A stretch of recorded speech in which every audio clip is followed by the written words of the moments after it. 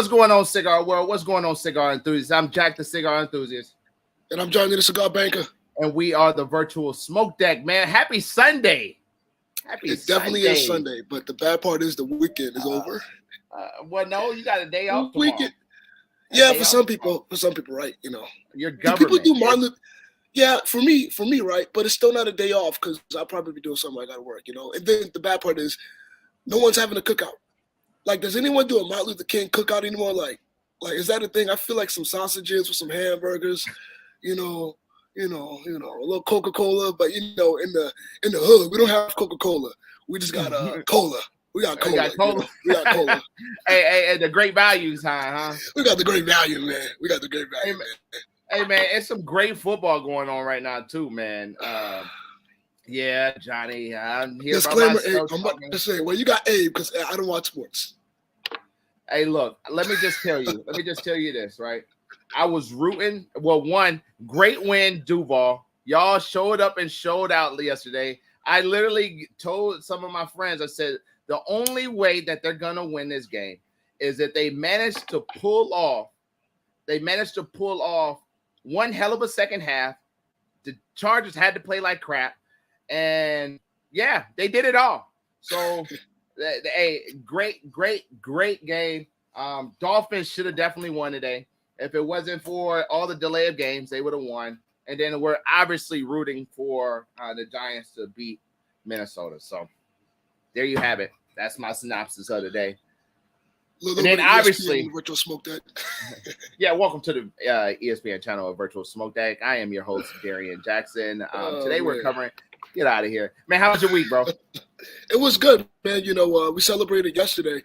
My cigar club, we celebrated 1 year as a club, man. So that's pretty good, man. We we got a chapter in Charleston, and then we got one in Jacksonville now, and hopefully we'll have one here in Charlotte coming soon, man. But we're growing, and we got some honest, some good people, man. You know, some family, the family now, man. And just coming together. Awesome, we talk a lot of shit. We smoke good cigars and we drink good liquor. You know, and that's good living right there. I think cigar crews and clubs and all that good stuff is really good for the industry because it builds on the camaraderie that is already had in the industry, and just continue to make new smokers aware and all that good stuff. So, man, congratulations! I remember yesterday you were just starting it. Actually, you started out of nowhere. I think we're up to 70 members now, man. 70 members. Oh God, that's good. Yeah, all right. Yeah, man. That's good, man. What's up, Dan? How you doing, my brother? McAuliffe in the building. McAuliffe. Randy, Steve, Darrell. Man. What's up, my guy? Man, look, we got a great show for you today, man. We're talking everything great smoke, man, and we have the only guy that can actually talk about this stuff, the mastermind behind it all. Abe coming on today. We're super excited about it. We're missing Sean today. Yeah. Sean had to take care of something at work. So we told him, POP, hold it down. We got him. So we're going to hold it down, man. And it's going to be a great show. I'm excited. What's up, my love? I got to shout out my wife. We got to stop everything that's going on and tell my wife what's up. Hey, beautiful. Yeah, man, that's what we were just talking about. Sean had to do something with work, so he's missing us tonight. We were supposed to have a whole 4-peat going on with the crew, but hey, it is what it is. That's why we're the virtual smoke deck. We overcome and adapt, man. That's what we do. So, hey, Johnny. Am I back? I don't know what happened there. Yeah, it's called bad service. That's happened. That's what happened. Hold on. Fix it. Anyway. Man, well, let's go ahead and get started. Let's get started and let's do this thing. You ready? Yeah, he ready.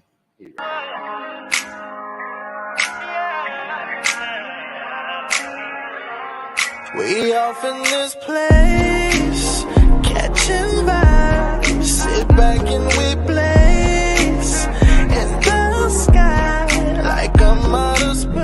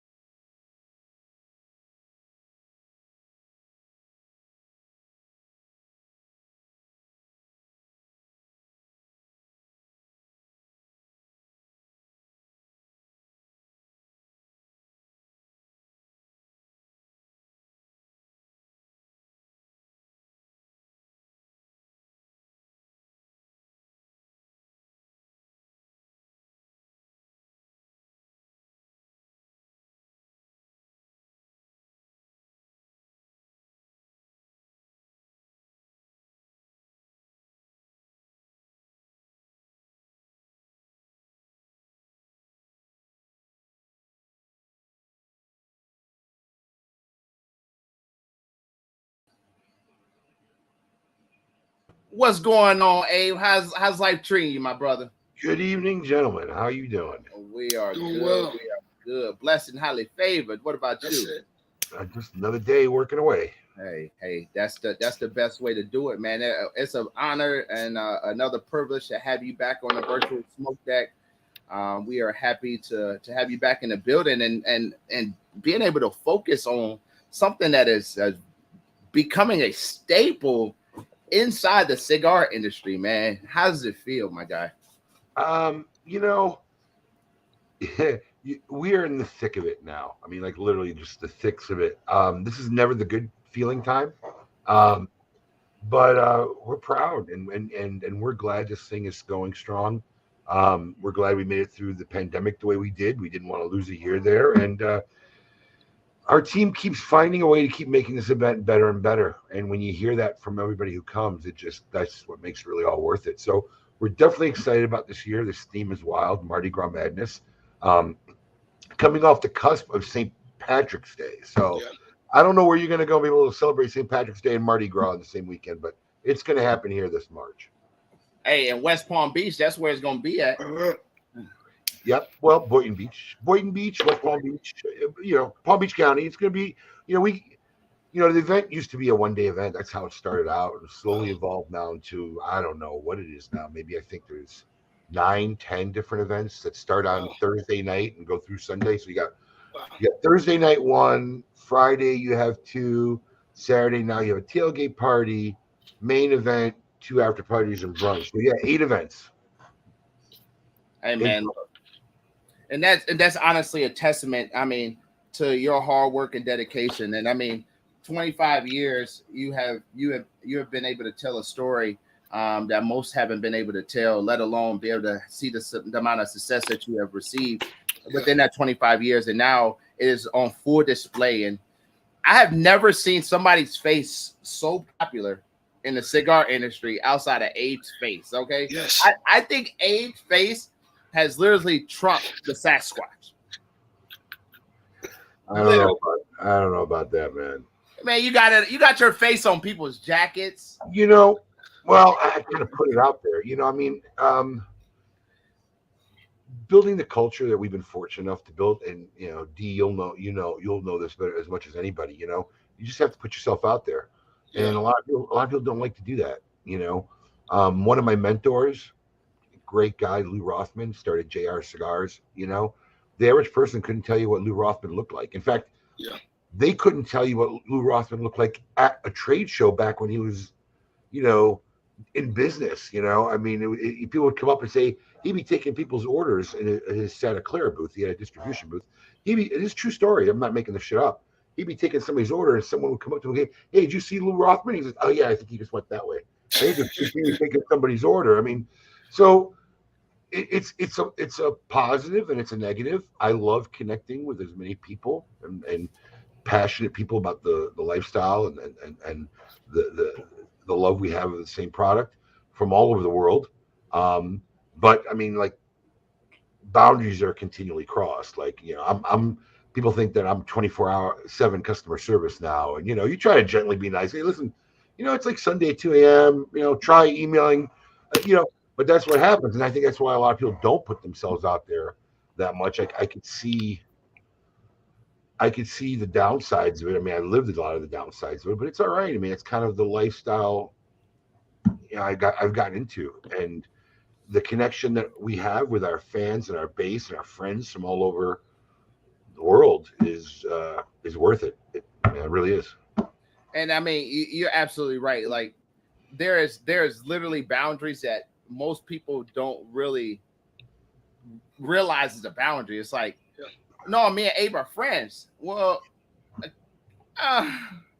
that's subjective. Okay, it's subjective. I mean, it's a very casual word. We are friends, but friends doesn't mean you got to tell me that they forgot to put something in your order at 3 a.m. Messaging me. I mean, that's what the customer service number is for. But it's what we do. So I take it on the chin. If I can, what they don't realize is half the time I can't answer that question. Yeah, I'm not in the shipping department. I don't know what they're doing over there. So all I am is a relay. So, if I can't answer it, I will. Otherwise, I just kind of say, hey, look, shoot the guys over an email. They'll get back to you right away. Right. Call them even better. And that's the hard part. It's like, our industry, and that's why I tell people all the time, our industry is it's ran like a big family, but we forget that it's a business aspect to it. And we forget that there's a personal aspect to it. And I think a lot of that is because a lot of the owners has personalized themselves with their shops. And it's not in a bad way. And I don't mean it in a bad way, but when you over personalize yourself and you don't have a team that can kind of tear it down and be like, okay, well, I got your problem. Let's call X, Y, and Z. And you take on every single thing, it becomes a little bit overbearing. I think the other thing is the world now has just become so used to instant gratification, right? They Yes. want that instant response or that instant answer to their question. The fact that it's like Saturday at 4 in the morning is irrelevant. They want to get it off their chest now and ask a message. So I think that's just the new world order when it comes to stuff like that. And it's part of what we do. It's part of what we do. So you can't complain about it. You can't bitch about it. It's what we it's what we signed up for. Yeah. So and the Great Smoke, it just it goes on fleek, Intensified right? it. Yeah. Yeah, it puts it on 10. Now you got tickets, confusion, people.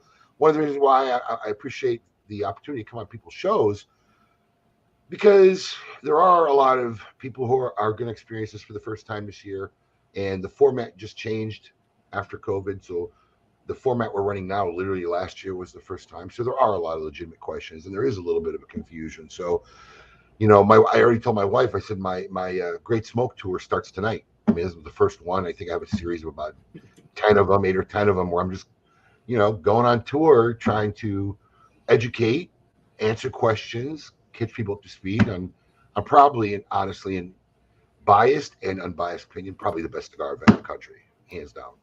And low key, not low key, high key it's really starting to look like that. You see a lot of like two guys having an amazing event with their annual dinners.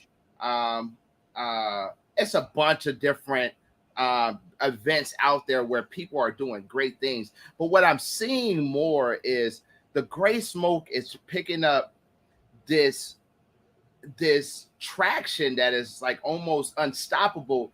And it's simply not only because it's the hard work of you and your team, but it's almost because you're now personalizing these people that they want to meet. You're personalizing Steve Saka, which is a hard person to personalize. You're personalizing Eric Espinoza, P. Johnson, Michael Herlotz, and now putting them in a place where you can talk to them, right?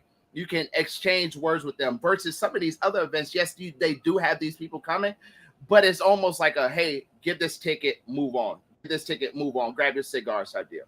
So one of the things we did over the years, we would tour events, and I've been very fortunate enough to be guests of a lot of people's events. And we tour the country, and some of them, we've used some good ideas that we saw at some people's events, and saw what we don't want to do from some people's events. But that's kind of thing is a lot of these events a lot of times are cattle calls, like you said. Get your ticket moving, like it's the herd moving in, and I think that's why our event has been successful. Is it's really a social event.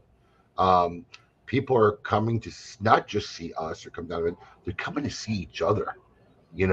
When you can make a culture is just not about the product, right? It's about the people. And I think that's what really makes it special. And that's what we're seeing. I mean, when consumers start taking over an event, like, the Cigar Ruffians are throwing the first tailgate party. We had nothing to do with that. One of our patrons and fans last year, we saw him sitting in the parking lot.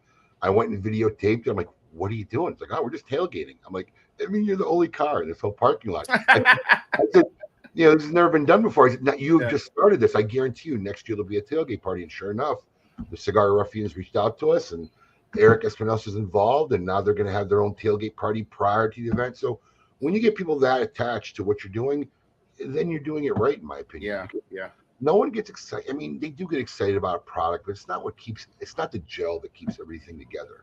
And we've just always been about it having a very experienced driven event. I think that's why it's resonated so well with people.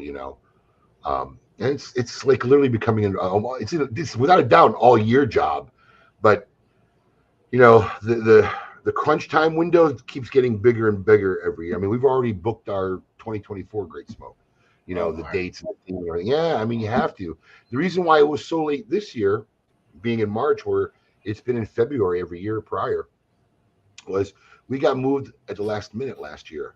So we were normally in what they call the agriplex buildings out in the field area, far away from the main expo, and somebody paid a lot more than we did, and I guess they wanted those buildings, so they gave it to them. So like literally like 8 weeks, 7 or 8 weeks before our event, they called us and said, "Yeah, we're going to move you." I mean, what do you mean you're going to move me?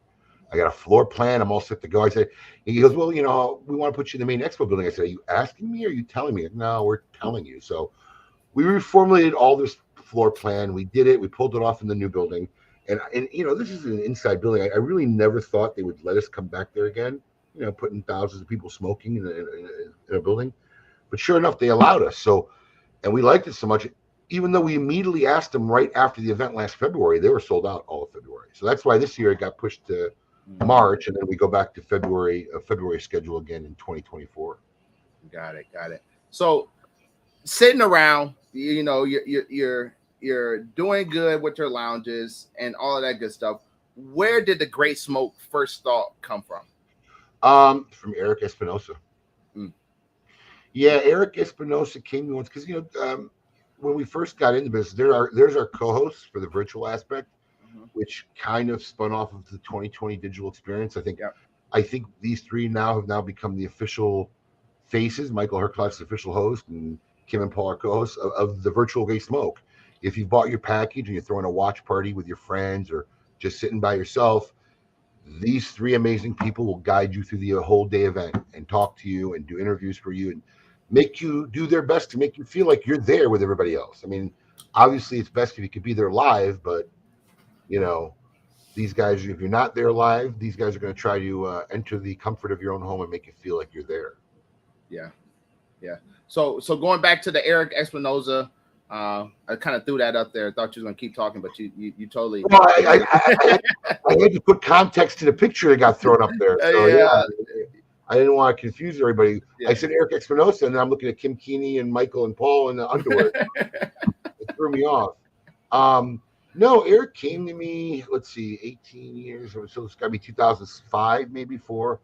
And, the Big Smoke was very popular back in the day. I think at one point it was probably at least 15 to 20 different cities across America. And as smoking bans became more and more prevalent, they disappeared until eventually it was just New York and Vegas for a long time, and then just Vegas. So there hadn't been like a Big Smoke in Florida. I think that by the time we threw our first one for almost 10 or 11 years. So Eric and I were talking, and we couldn't find a venue anywhere in Florida. And then we just kind of gave up on it about doing this kind of event. And we threw our 10th anniversary party, which was in 2006.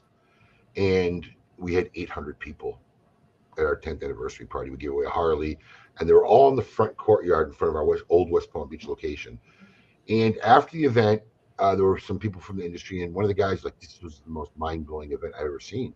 I mean, this was huge. Where do you go from here?" And this is insane. He wouldn't let up on it. Even after the event was over, we all went out together. This one manufacturer just kept talking about it. So literally the next morning, the Saturday, I go in to have lunch with the boys, and I'm walking, and I'm looking at the empty courtyard. I'm like, man, we had 800 people here today. And I finally said, you know what? I think we could do like a big cigar event here in this courtyard. And that's how it started.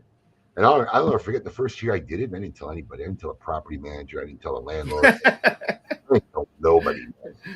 And the property manager, I was very fortunate enough that the building had just sold like 2 or 3 months before my event. And literally the property manager walks up like at 5 o'clock on a Saturday and sees this aftermath. People buy. I mean, it's over, but it's still crowded. Yeah. What's going on? And I just played it off. I'm like, oh, it's the Great Smoke. What's the Great Smoke? What do you mean what's the Great Smoke? I mean, we put in paperwork for this like 6 months ago. And I played it off. I mean, and then I turned it. I'm like, I was hoping you guys would be a little bit more involved. We brought a lot of people to the center it was good for everybody. Panera had one of their best days of the year. Starbucks had one of their best days of the year. I mean, everybody around us benefited from us. And not only was he cool about it, he actually ended up supporting that event for many years after that. Really? It was good for everybody in the center. We're bringing 1,000 people plus. Yeah. Shopping center. That's how it started. It started out as just a local event for local cigar lovers, and then I think by the second or third year, I got a call. I was working late, like I am today, and I got a call about 9 o'clock at night, and somebody was calling from Boston. I'm like, I heard about your event. We want to come down to your event. Blah blah blah blah blah blah blah. And I said, well, and so he asked me questions. I answered a lot, and he goes, all right, that sounds great. So what else is going on? I'm like, I mean, what do you mean? What else is going on? Like, well, what else is there to do? Nothing. Yeah, right. The event. We're doing the event. He's like, oh, really? He's like, well, I mean, we're coming down from Boston. We're getting an airplane car, and this thing's gonna be over. I said, listen, I hear you. This is like my third year doing the event. I've never really thought about it for out-of-state people, but it was because of that guy. Literally, the very next year, we did our first after party. And then it grew into a party on Friday night, and then a dinner on Friday night, and a party on Thursday night, and it evolved to where it is today. So do you ever see it going to a week-long event? I don't think the staff or the consumers could handle a week-long event. I mean, they're pretty shot. They're pretty shot by Sunday. I mean, really, the ones who stick around all the way till Sunday, even. I mean, it's a lot going on. It's a lot going on. So let's talk about it. Well, here we go. We got Thursday night. Tell us about Thursday night. Jonathan, JD the Man's going to be here Thursday night with the Drew Estate team kicking off this year's Great Smoke. All our cigar events that are held at our headquarters in Boynton Beach are free and open to the public. So you can come whether you're, here for the Great Smoke weekend or you're just one of our regulars or locals and want to come to a good cigar event that kicks it off on Thursday night. Drew Estate, man, there's going to be a lot going on. Hey, Jonathan Drew is a good that dude is he's a crazy character. Great guy. And the people love seeing him, man. So yes. We expect a good, solid turnout. And so that starts off Thursday night. So that's just kind of like your meet and greet type deal. No, the meet and greeting probably starts on Wednesday night or Thursday morning. But at that time that thing rolls, it's rocking. Yeah. People are rocking. It's no more meet and greeting, man. The party has officially taken off at that point. Got it. So then, anything? Are you doing any tailgates? Oh, I see the tailgate actually being Saturday. So we move into Friday. We move into Friday, and now we have Friday night hosted by Steve Saka. What can they expect on this night? Steve, my brother from another mother. Always. Honestly, in our opinion, as far as our culture and our client base, he probably has one of the biggest fan base of our consumers. So Steve has always been supportive and was supportive when we started doing it digital. And I think Steve, whether he likes to admit it or not, is somewhat emotionally attached to our event. So, there was no way he's not going to be part of it in any form or fashion. He's the only manufacturer that has made a TGS exclusive since we started doing that since 2021. So, I know he was working on something special that we had talked about for this Friday night event, but I don't think it's come to fruition. Steve's had a lot of obstacles in the last 2 or 3 months. But, knowing Steve, man, there's going to be something. Steve likes to one-up me all the time. If we do an event and we give something away and it's going to be great, he will come 2 or 3 days before and then muck it all up with a bunch of other stuff. So, you're never disappointed when it comes to Steve. And the best part about it is it's the product. It's definitely not his personality. I'm going to tell you that. No one's loving Steve Saka for his hug, fuzzy, loving personality. It's the product, which makes it a lot easier. They love his product. And, we have a brand now. It was our first micro blend that's been dropping annually now. I'm smoking one right now. Our Red Meat Lovers Club is our beef stick version. And he just, there you go. Fuck you, Abe, too. And he really is just one of my favorite guys to work with because he gets it. If we come up with something Steve likes smart, creative ideas. So as much as he wants to complain, when I come to him with something that even sounds crazy, he can appreciate it. Yeah. So, even like a project like this now, which, this is now part of my company. You know, I mean, it's one of our probably it's one of our brands that drops every year. So the name of the restaurant that was down, you're right, Steve, it was John Bull. I think you mentioned it earlier. But he's kicking it off Friday night. So and then Friday night we have our co-host Michael Herklotz hosting our Red Meat Lovers Club dinner. So I mean, Steve's everywhere, even though he's not hosting the dinner. Basically the cigar that we've made with him and the Red Meat Lovers Club group, those guys are hosting dinner with Michael Herklotz. Michael Herklotz has made a very special cigar for those dinner attendees, and Evan and the Red Meat Lover Club guys are going to all ends to go over the top. They're pulling out all the stops. I have a feeling it's going to be the best pre-event dinner ever. And then basically when that dinner's over, everybody comes down to the headquarters. So by the time Steve's just getting relaxed from having an event in the store and probably just chilling out, he's probably going to get bombarded with another couple hundred people. So I can't wait to see that. So speaking of Steve, y'all just released a project, EX 127. Talk to us about that. That was obviously for ticketed guests only. 300 bundles sold out in a matter of hours. Yeah, it was like 12 hours, I think. Yeah. So tell us about that. So when I did the digital experience, which was COVID year, it was a very interesting thing because we were the last cigar event literally in 2020 before the world shut down. Like people were kind of talking about COVID at our event, like it was something in the newspaper stories. We're all having a good time, and next thing you know, the whole world shuts down, in March and April. So we just thought it would be normalized by the time the next year rolls around. And the news is all telling everybody it's gonna be 2 months, we're gonna slow the curve. And next thing you know, we're in July, late July, early August, and there's no sign of anything changing. Slowing down at all. Yeah, and everybody's still canceling events in December. So we literally sat in this office, me and my team, for about 3-4 hours. Do we want to cancel the event after 15 years? Because I watched, I'm not discrediting what anybody does, but I watched a couple other national events do their virtual event, which is basically, it looked like this. It was like a Zoom show. Yeah. With screen. I'm like, yeah, we're not doing that.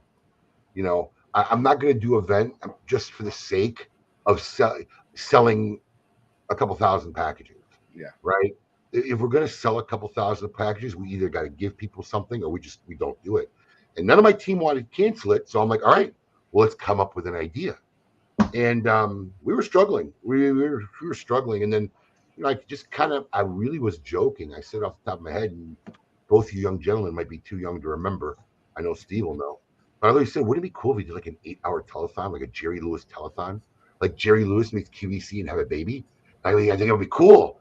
And we started talking about it. Yeah, we could do a call center, have Steve Saka taking orders of people's customers, which never came to fruition for that. It was on the chalkboard of having like a fake call center that they used to have in shows where they have famous stars people's donations, and we had all this mapped out.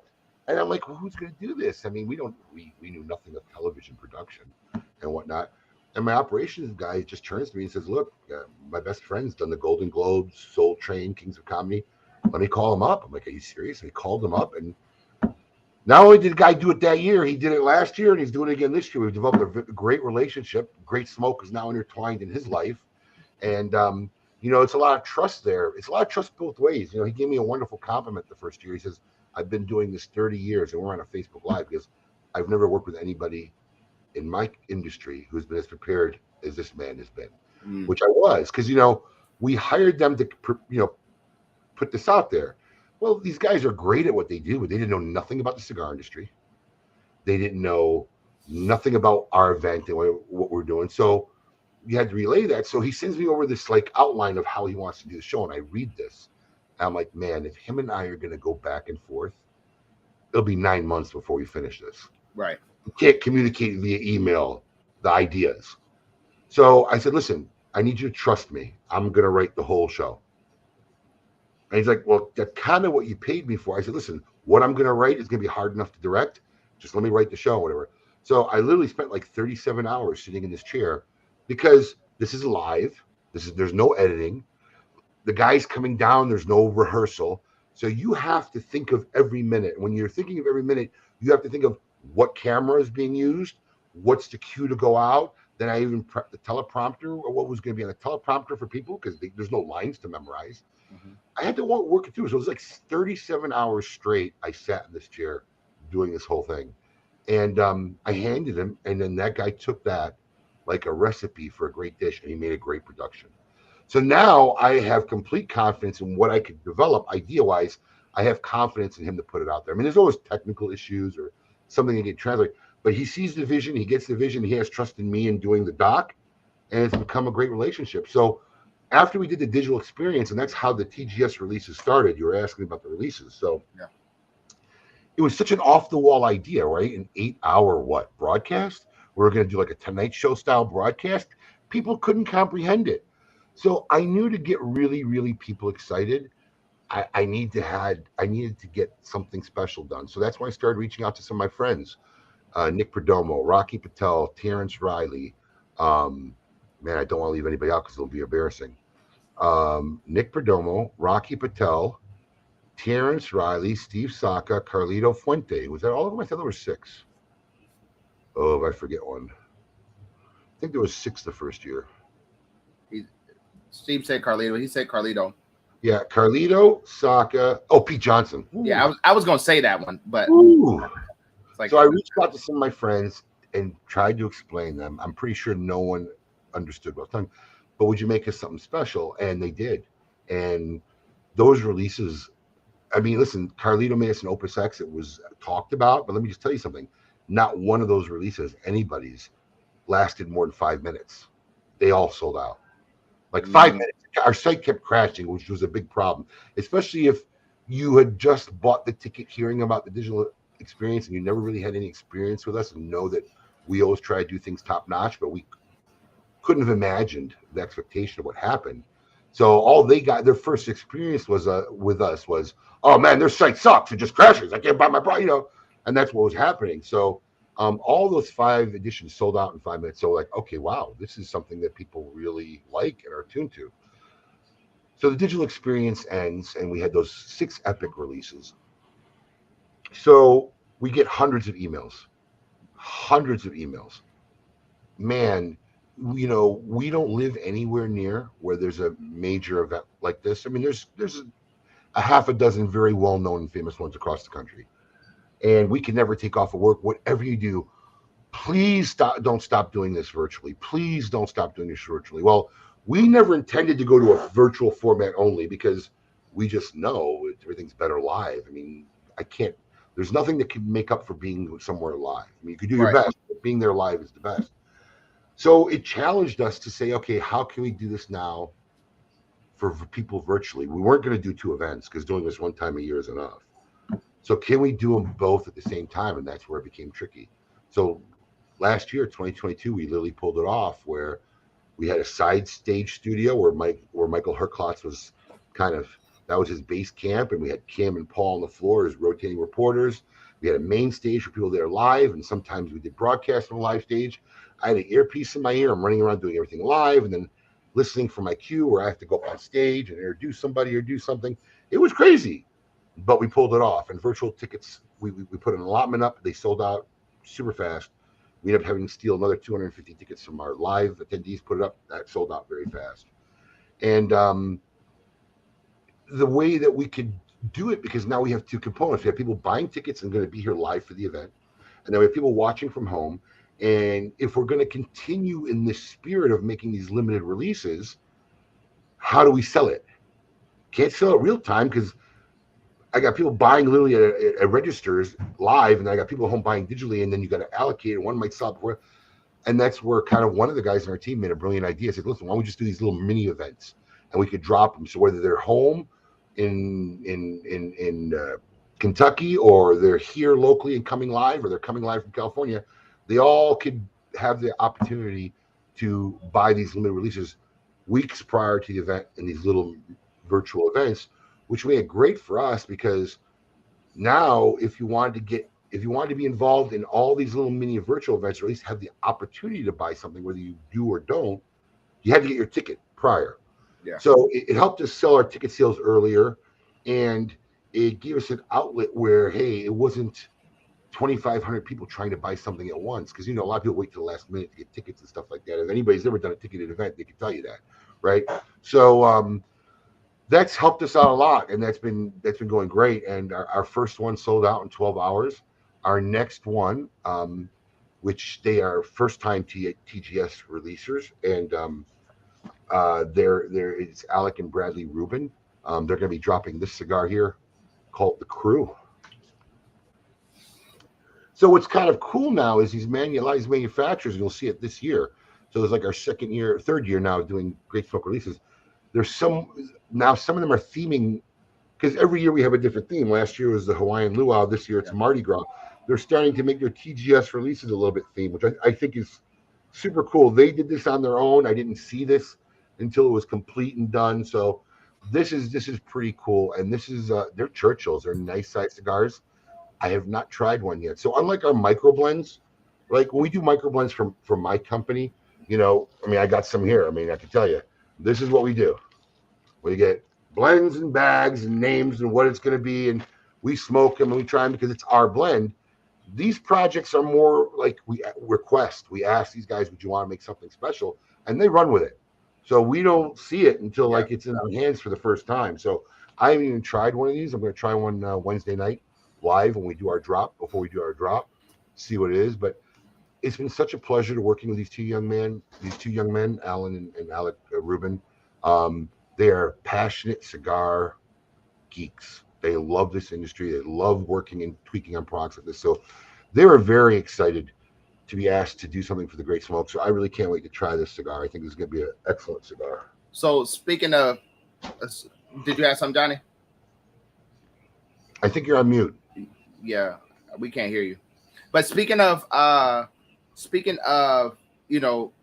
Alec Bradley release, what are the other 4 releases that's going to come out? So they're all 2 weeks apart, I believe, and it's always Wednesday night at 7 p.m. So on the 18th, this Wednesday, will be the Alec Bradley one.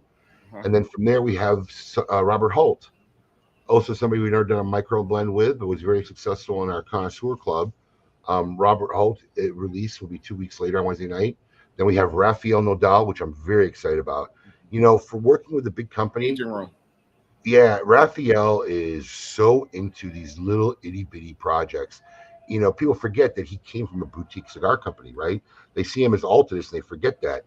And he loves working on these little projects. I'm very excited, and they're putting the Monte Cristo name on it, which they don't do lightly. So I'm very excited about that one. And we end up our series with the Godfather himself, Ernesto Perez Carrillo. So we got a bunch of interesting little events where we'll be dropping some product prior to the event. And I think the last event's like the March 1st or 2nd or something like that. There's a schedule somewhere on our website. It's like the beginning of March. And then the event is on the March 18th where everybody comes down, Yeah. So sorry. So you got the 18th this Wednesday, then the 1st, and then the 15th of February, and then March 1st. Yeah, it was March 1st. There you go. March 1st. So, and then the event is starting. You want to hear something funny that I just realized when you said this? Talk to me. The first event was on my birthday. The last event's on my father's birthday. How's that for coincidence? Oh my God! Look at that. How's that for? I just realized that's my dad's birthday. What a coincidence!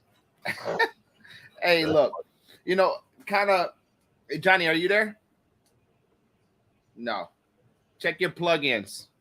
But kind of looking at this and to see these partners that you're with. So is everybody kind of are you getting 300? Are you getting 400?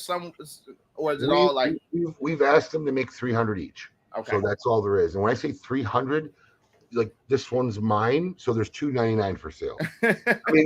There's not 310, 305. If 1 or 2 didn't get damaged in shipping, we have 300 for sale. We'll usually open one up for product photography, and that's usually my bundle that I smoke myself. Yeah. Okay. So everybody, y'all can go ahead and get ready. It's going to be 300 releases. 300 bundles per release. So kind of rolling into the first 3 are bundles, and Altadis's and Ernesto's both are boxes. So, yeah.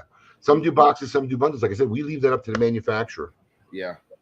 Well, and that's good. Especially from a consumer standpoint, you're able to kind of control, the the greatness of product. I mean, I know right now a lot of people are dealing with, box issues, latches, all that good stuff. So a lot of people are resorting to, the bundles. But the fact that they can put together those boxes in that good time, man, it's truly a testament to your kind of planning cycle of it. To put it in perspective for you, Jack, I have 3 people already committed making the cigars for 2024.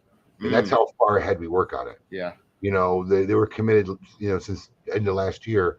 We're already talking to them because we don't want to stress them. We give them enough time, they'll do the job. If you put undue pressure on them, it's not good for them and it's not good for us. Absolutely. We're talking about Friday night. You already mentioned on it. It's the Red Meat Lovers dinner brought to you by Michael Herlocks. I think I seen last year you guys had it was like a hall or a hallway type deal with a very, very interesting. There's this long outdoor corridor covered up, beautiful, where we do this dinner. We put 200 seats out there. It could probably hold about 300, 350. And just looks gorgeous when it's set up. Very interesting this year. During one of the hurricanes, the whole canopy is gone. Oh God! So we're either going to be having dinner under the stars this year, or we're going to be indoors. We'll have to see how the weather pans out this March.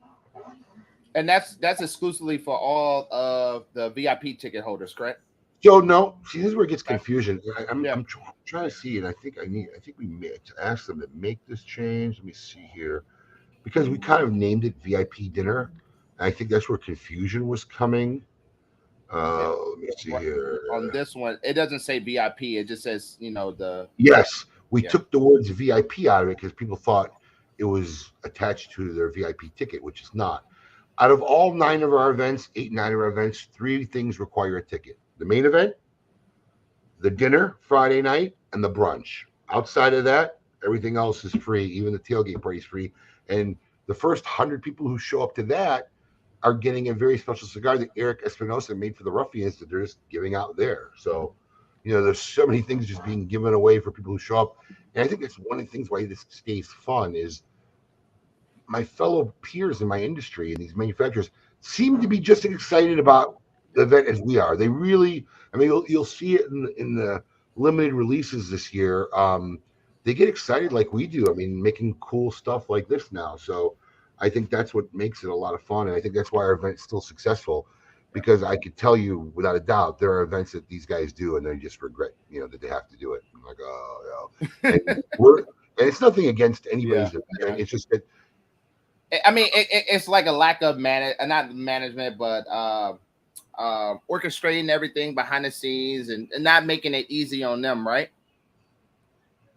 It's not easy on them. And we always try to look, I think who told me this? I think it maybe was Christian Aroa, who was walking out of the PCA one year and, we always linger. We'll stop and sit in somebody's booth. Nobody, we never walk directly to the door unless we're in a rush to go somewhere. And me and Christian were talking. He says, why people like working with you? Because you're just so easy to work with. You never demand bullshit. You never whatever. And this was probably 15 years ago, but it resonated in me, And, when I put things together, I think as a manufacturer, what will work for them or what will be easy for them. Yeah. Because I wouldn't want to ask anybody, whether it's honestly, personally in life or in business, I wouldn't want to ask anybody to do anything that I wouldn't be willing to do. It's just not a very hypocritical way to live. And I think that's why most of them kind of come through for us, because we just don't ask for crazy, stupid shit. We may do crazy, stupid shit, but we don't ask for crazy, stupid shit. And that's what one thing about owners too is especially not, I haven't ran across any, you see it in a lot of the smaller guys.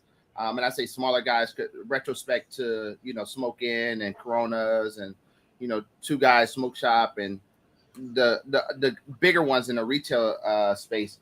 But you see a lot of guys start to get kind of big headish almost, as if it's okay, I produce a lot of product. I sell a lot of product for you, so I need you to help me out. Instead of just being like, hey, would you like to join us in on this? I think this event will be great, X, Y, and Z. Do you think that is kind of the easy going, the easy aspect when they say it's easy to work with you? I mean, listen, that's just being a decent human being. You know it, I know it, you've seen it, I've seen it. There are guys out there who are very egotistical, thinking that what they're doing is anything special or different. I try to stay humble always. My father raised me to be humble. My dad's a humble guy. Um, and it's funny because my head's still a small guy, small shop guy. Like when you're just talking about me and you're putting me in these words like we're somewhere above you, or I don't think of it that way all the time. I kind of just like to think about what I have to think about. You get asked this question all the time, and listen, there are these guys who are visionaries, man. They can see where their business is going to be in 10 years and all this. Maybe I'm just not that smart. I mean, I do have a depth of vision, but I never thought the Great Smoke would be where it is today. I never thought my company would be where it is today. I think sometimes people get lost in the dream, right? They'll dream and they'll worry about so much where they're going to end up that they're not paying attention to where they're at. Yeah. I just kind of I pay attention to where I'm at kind of guy. Yeah. I mean, I might have to think down the future or whatever, but if I'm thinking down the future, I'm solving a today problem. Yeah. Oh yeah, we're growing too big. We need a warehouse in the next year. Let's start looking. I'm not thinking 10 years. Yeah. That may have cost me sometimes because like we're really already running out of warehouse space. We just finished a year. Probably should have went a little bit bigger. But I've always done well just focusing on what's in front of us. This year's Great Smoke, let's make it the best one we can make it. Let's just kill it.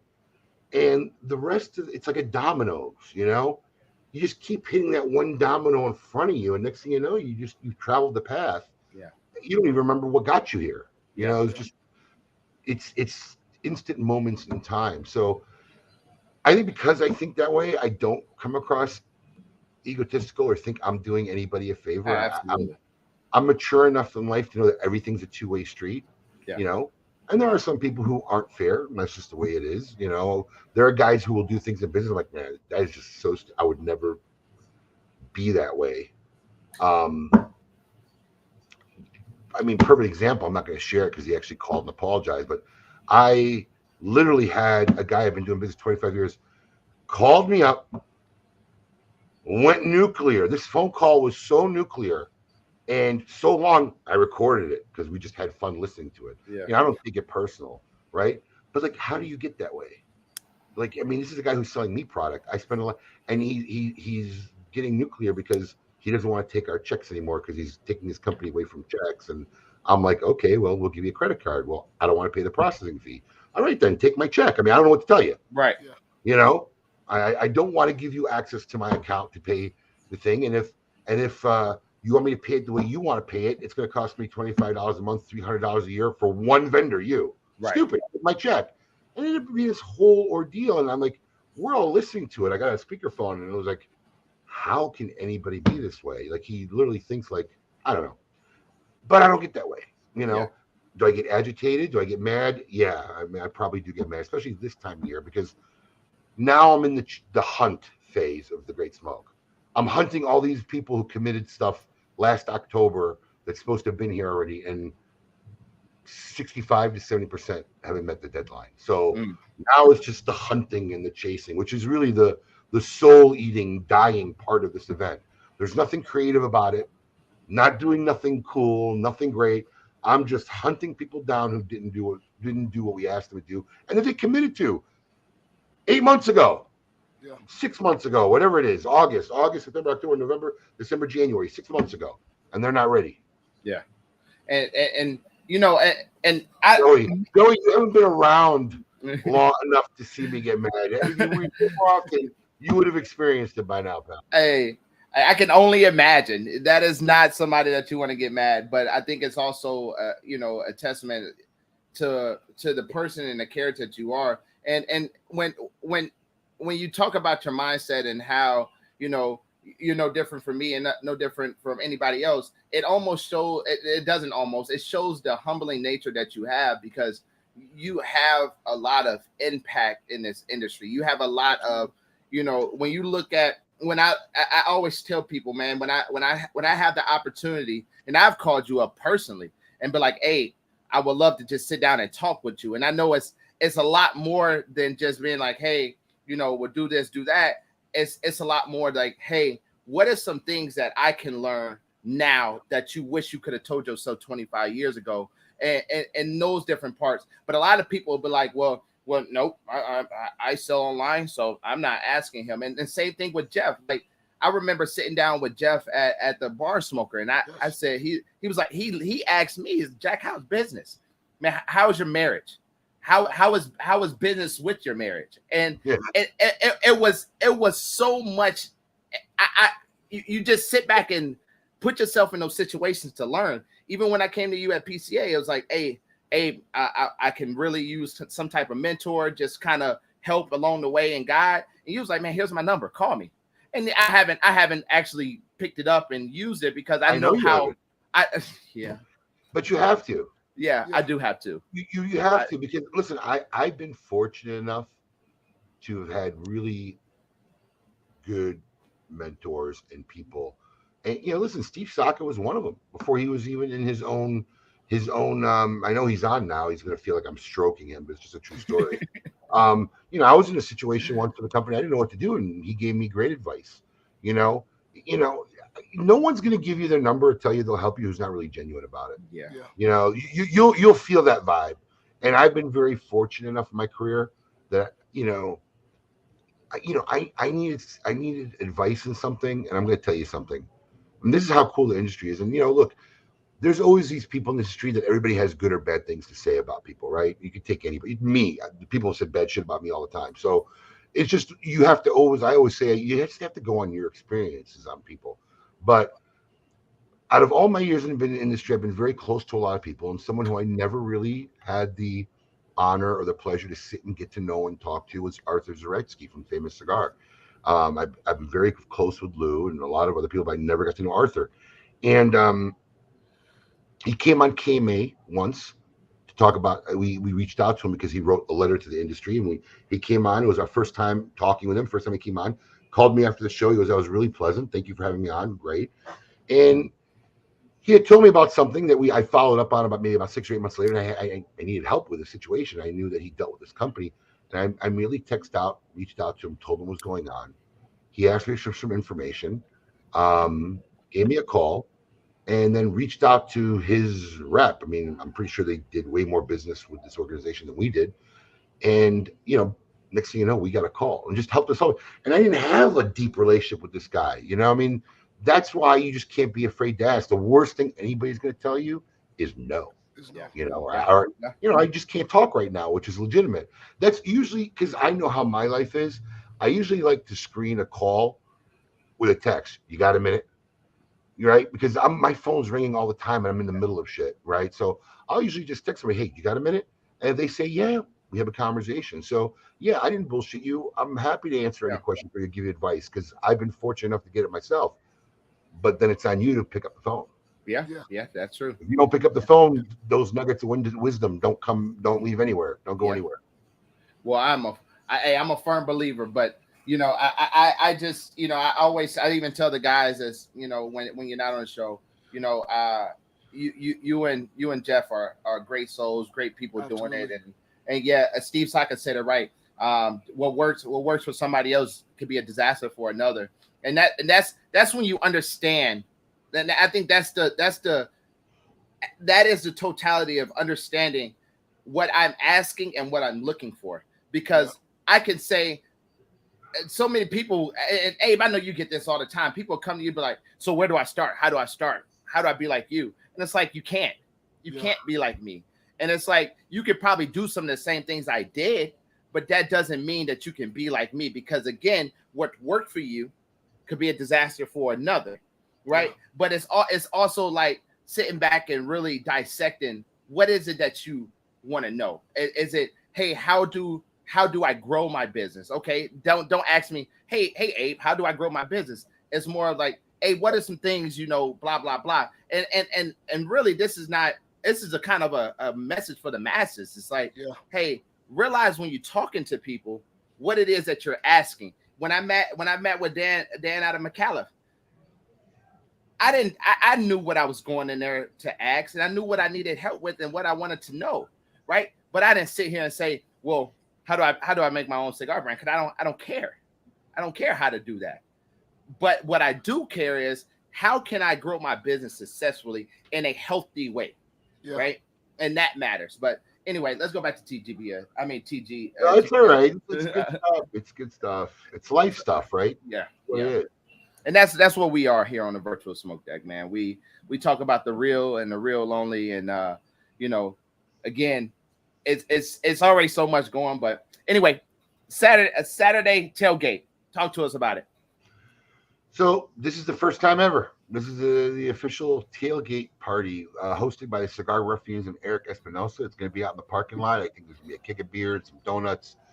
First 100 guys are going to get this tailgate party cigar that Eric made for the group.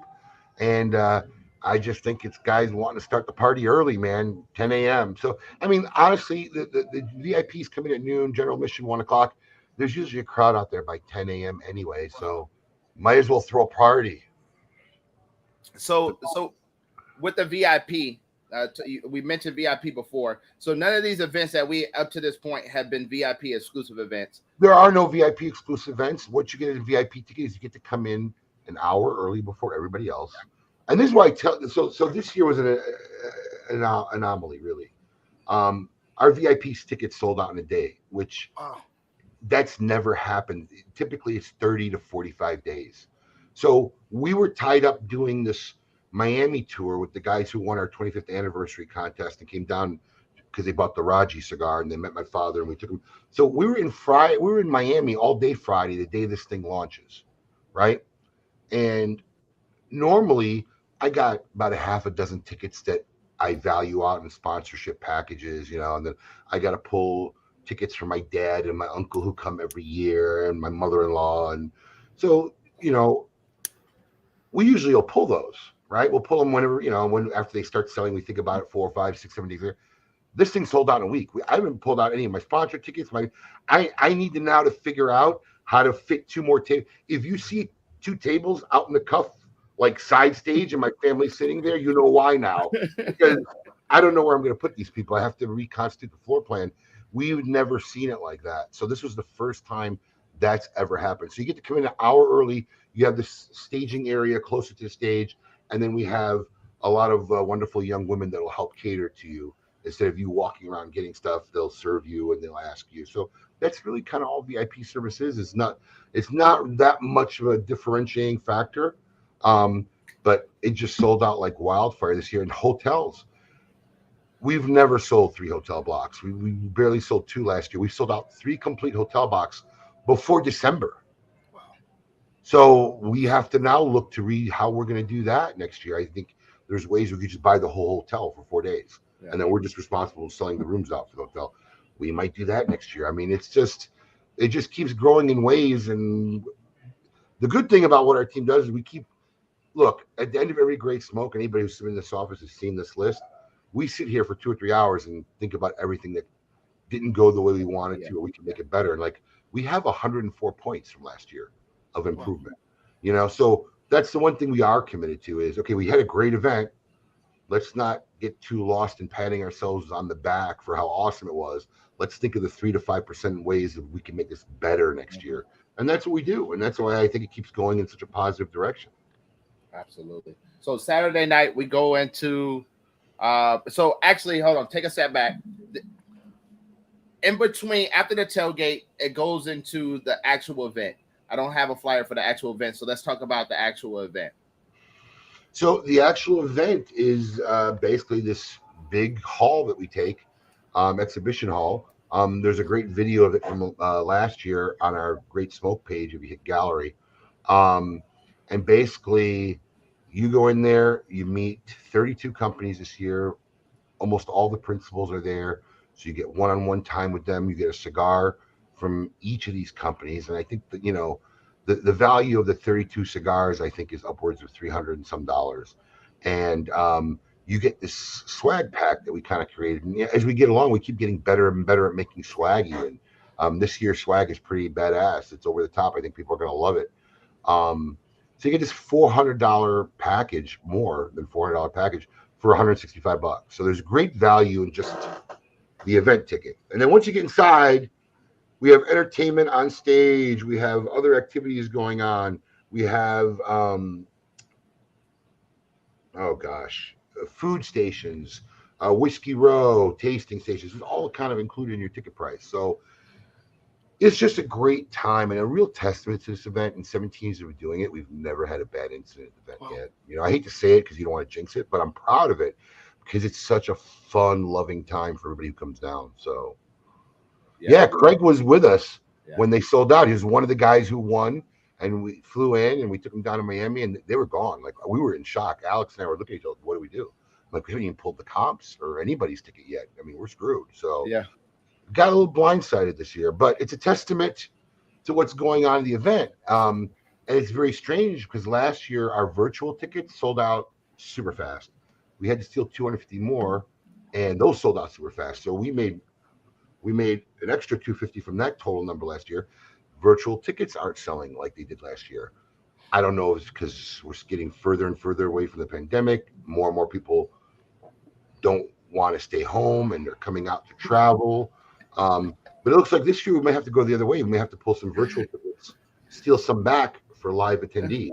Because I only have a set number of packages, so it goes one way or the other. Yeah. If you buy a virtual ticket, we ship you your package the first week of March. If you're coming live, we give it to you the morning of. So I only have a set number of tickets, so it's going to go one way or the other. But it's a great deal, and I think what really made it popular the first couple of years, and maybe it didn't get talked about enough this year, is people were throwing watch parties.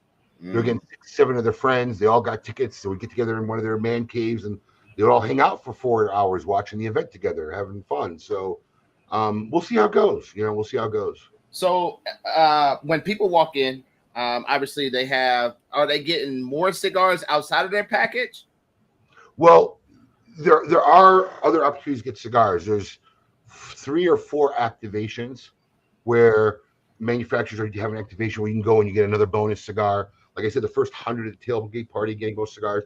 And then we have killer cigar deals on the companies that show up. I think my proof is somewhere in this is, like I said, the war zone time. I got stuff scattered everywhere, but we're working on a catalog. We have a catalog for the Great Smoke, and there's a sales book. So there's great deals and super great prices on any one of the 32 companies, but it's like selected SKUs. We only bring like 6 of each SKU down. And then there's a TGS store that exists through our website. So all these releases, whether you're coming live or at home, they're buying them through a link through our TGS website. It takes them to a special store. Oh, thank you. That was on your desk? He took it from my desk. But yeah, so this is just our mock-up. We're still working on this out. But here's all the deals and the sales and the stuff. And whatever people are taking advantage of being there live, all the people at home get the same deals in the store. Yeah. So you could buy stuff at a great price, and then a lot of these manufacturers are throwing epic swag in there. I think JC Newman is giving away this awesome clock tower model thing that comes with 5 cigars in it, and then it's got a QR code. You could scan it, and you can actually win a trip to do a factory tour from wherever you are in the country. Really? Yes. So there's a lot of cool stuff being done. There's a lot of cool stuff being done for the event, and a lot of giveaways. And then we have epic raffle prizes. So every hour on the hour, we have usually a big cage full of prizes, giveaways, and we give away like 4 or 5 every hour. Whether you were home or you're there live, you have an equal chance. So that's one of the things that we had to adapt with virtual or live, right? Because before you got more raffle tickets that the more you participated at the Great Smoke, visited vendor booths, whether you bought anything or not, you were able to accumulate raffle tickets. You made purchase, you got extra raffle tickets, and then we give away all these things. But it was a very ugly and tedious process at the end of the Great Smoke because I'm calling off these raffle tickets. No one would call. I'd have to call another one. No one would call, because there was no name or not. It was just a raffle number. So that changed now. So now anybody who bought a ticket, whether it's virtual or live, you get 1 entry. That's it. So you don't need to be there. We know who you are by your ticket thing, and we just do a randomized drawing. Alex sits in the background with the wheel. The name comes up. We put it on the board. If you're local, you pick it up, take it with you. If you're at home, we'll ship it to you. Nice. That's awesome. That's awesome.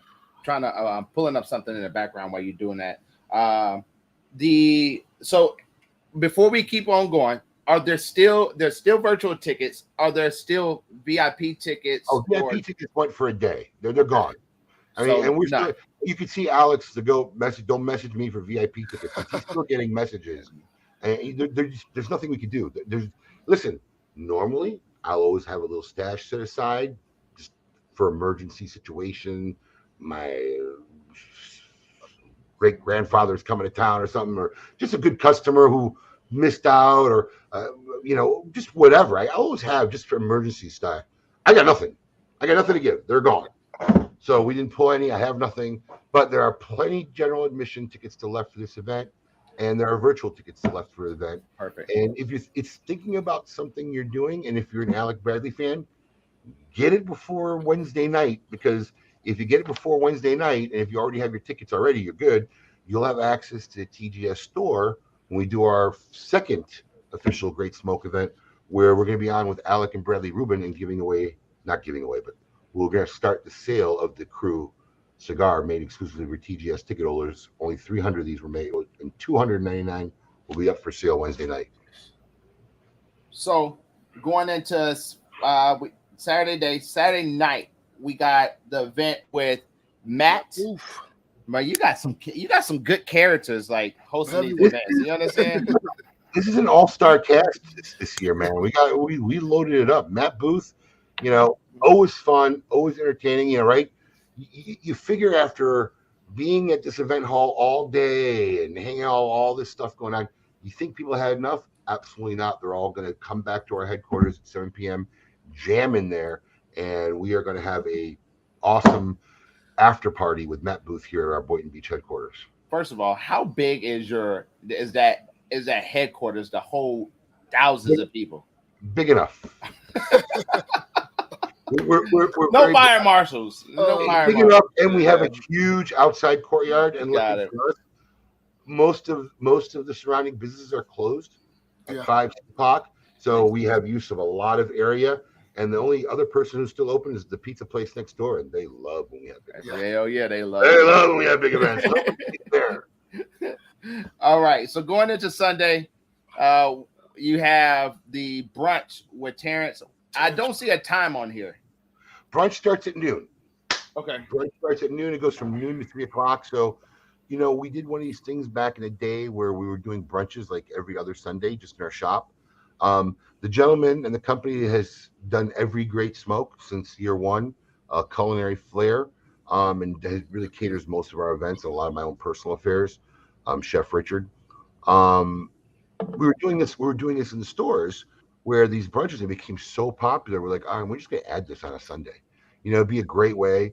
So your ticket price includes a cigar from Aganorsa Leaf, so you get another cigar, and bottomless mimosas and Bloody Marys, and it's about 4 or 5 food stations, all more than you could eat. Never runs out of food. And it's really a cathartic ending to a good festival, man. Most of us were just silly at that point. I'm here with my family, my kids. My kids get to see our patrons that they see every year at the end of this event if they didn't have a chance sooner, and it's just a nice cathartic closing to this. Most of the people will probably have airline tickets that afternoon. They head out 2, 3, 4 o'clock, and they'll come to the brunch in the morning. There'll be people probably camped out here by 10, 11 a.m. just sitting on our outside furniture, smoking, waiting for us to open the doors. But that's the kind of event it is. So we're looking forward to it, man. And if it's one of these things. If you've been down here, you know what I'm talking about. If you haven't been to a Great Smoke, it should be on every cigar connoisseur's bucket list.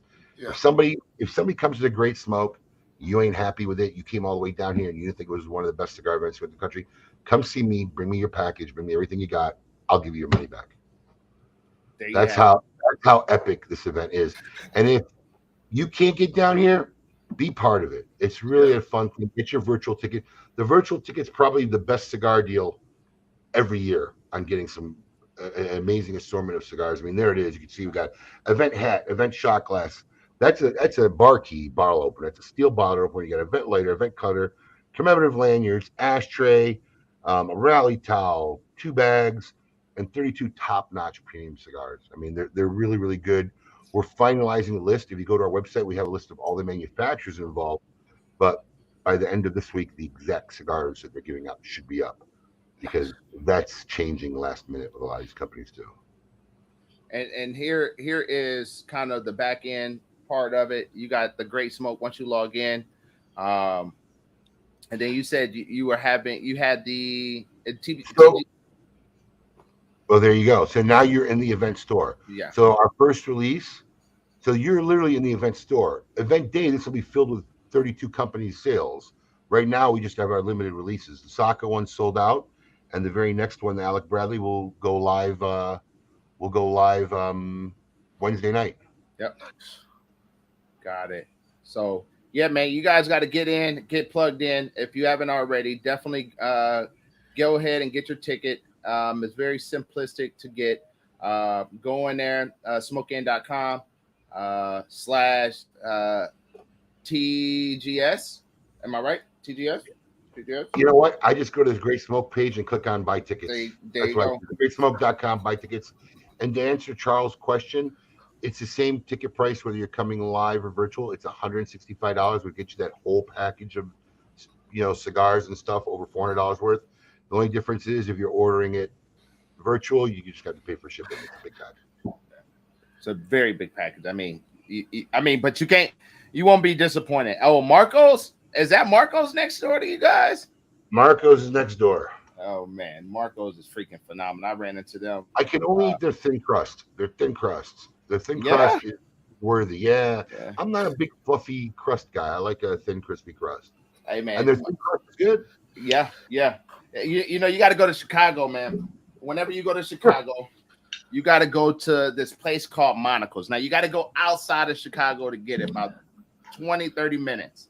All right, you got. That sounds a little biased, Jack. Hey! Look, you got to go 30 minutes Here's out. a great line. You got to go to Chicago, but then you got to leave it to go get this pizza. well, you don't want to stop anywhere in between. So if you go into downtown and then go out another 30 minutes, and now you're good. Now you're good.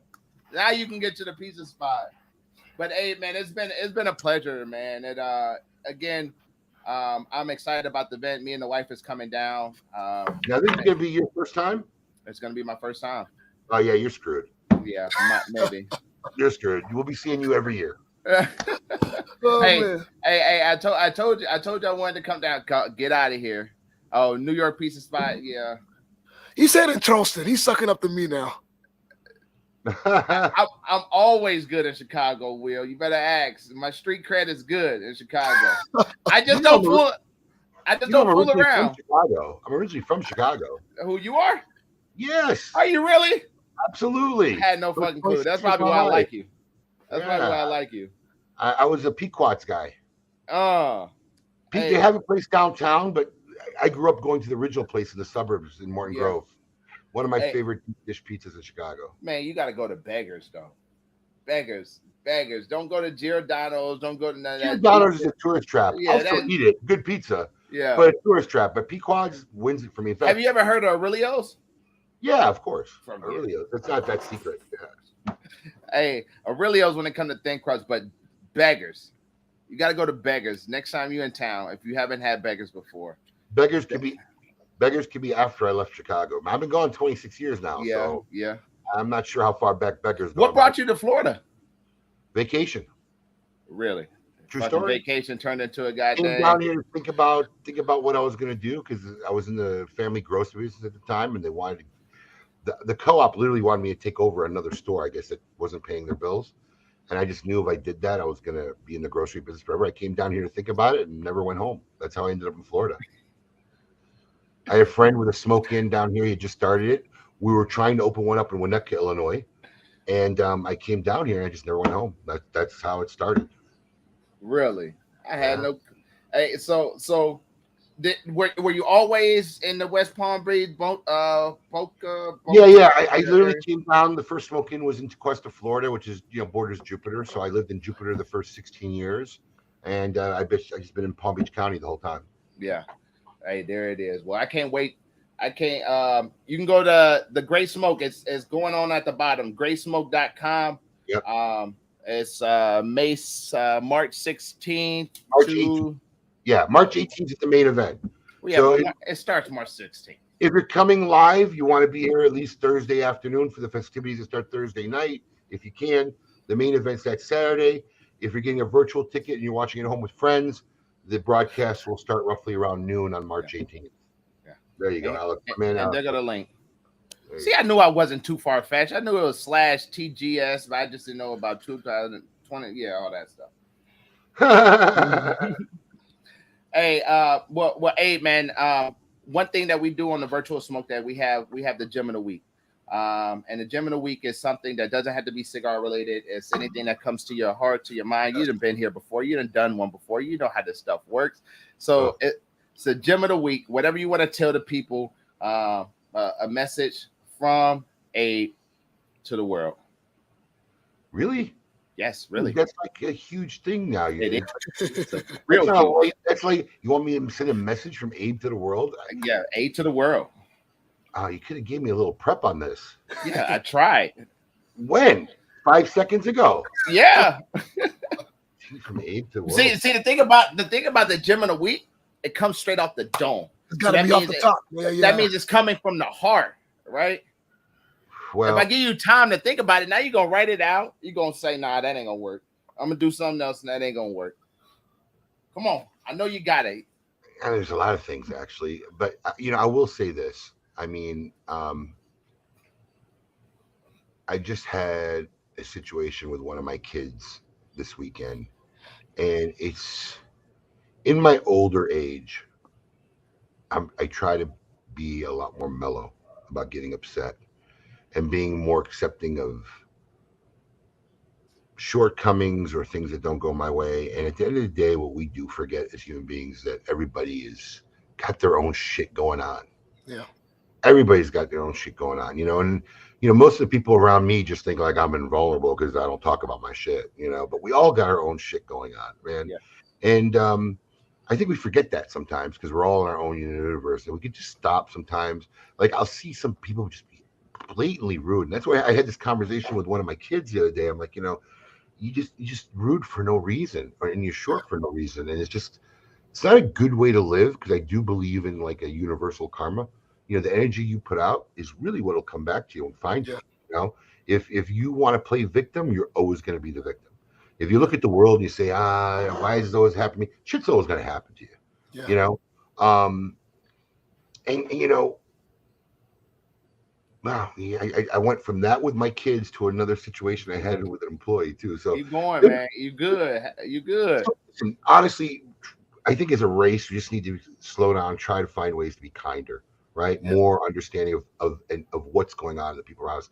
And here's one that's probably more practical, right? In life, whether you're tasked for something, especially at your work, either you did the job or you didn't do the job. Yeah.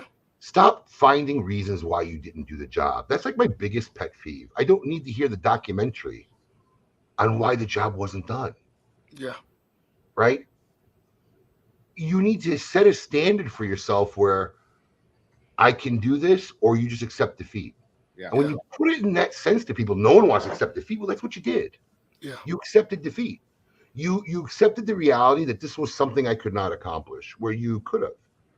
You either lacked the determination to get it done, or you didn't ask for help, which is a big thing, right?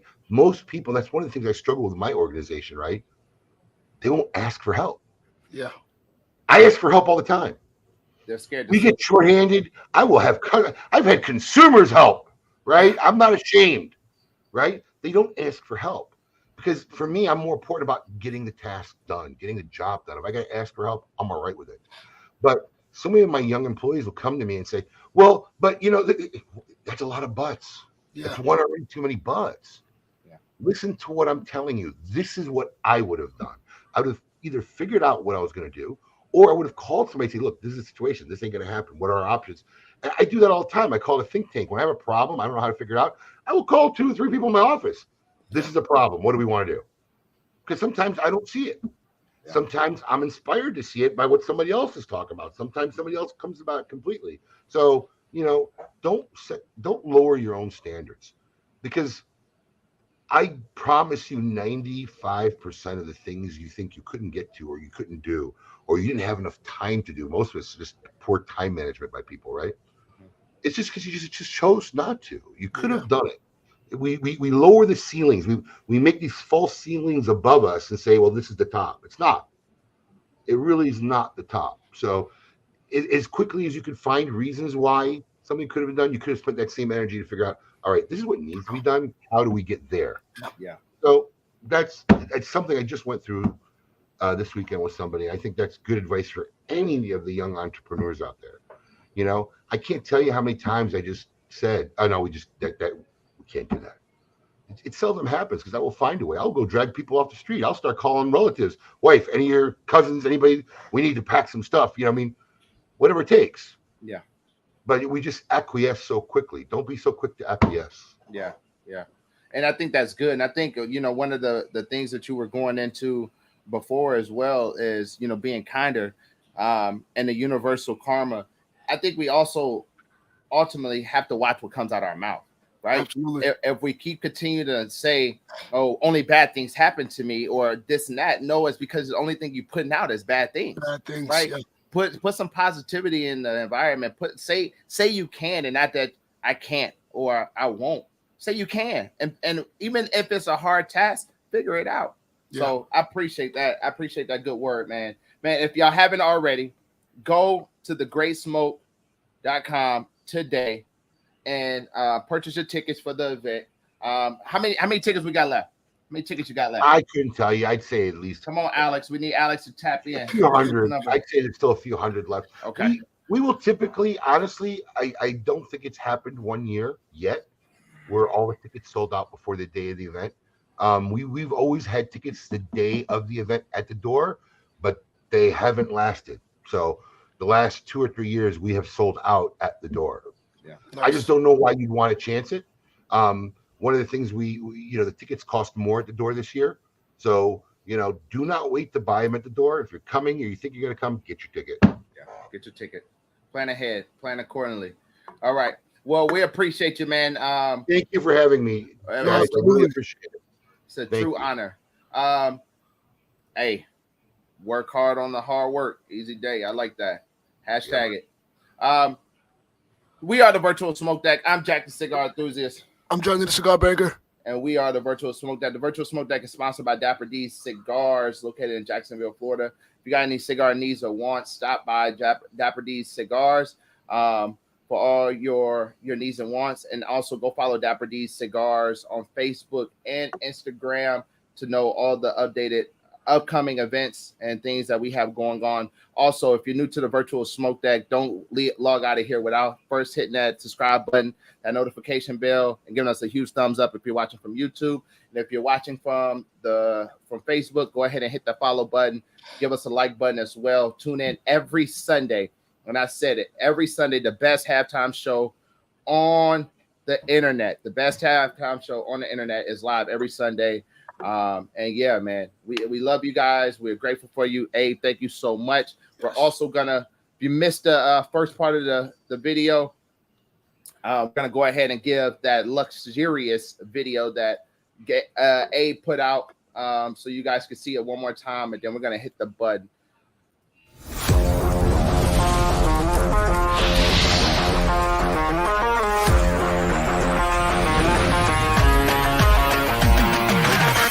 Honest Abe here from Smoking Cigars. It is that time of year again, the Great Smoke 2023 Mardi Gras Madness. Whether you're coming down live or going to be enjoying the event from the comfort of your own home, your ticket price includes this epic package. It's one of our greatest Great Smoke packages in the history of this event. Over $400 worth of product and great swag for the low cost of $165. Do not hesitate. Tickets are selling this year faster than ever. Go to www.thegreatsmoke.com and get your live general admission ticket, your virtual ticket if you're going to enjoy it from home, and tickets for either the dinner or the brunch. Epic time. We can't wait to see you all there. The Great Smoke 2023. Mardi Gras Madness.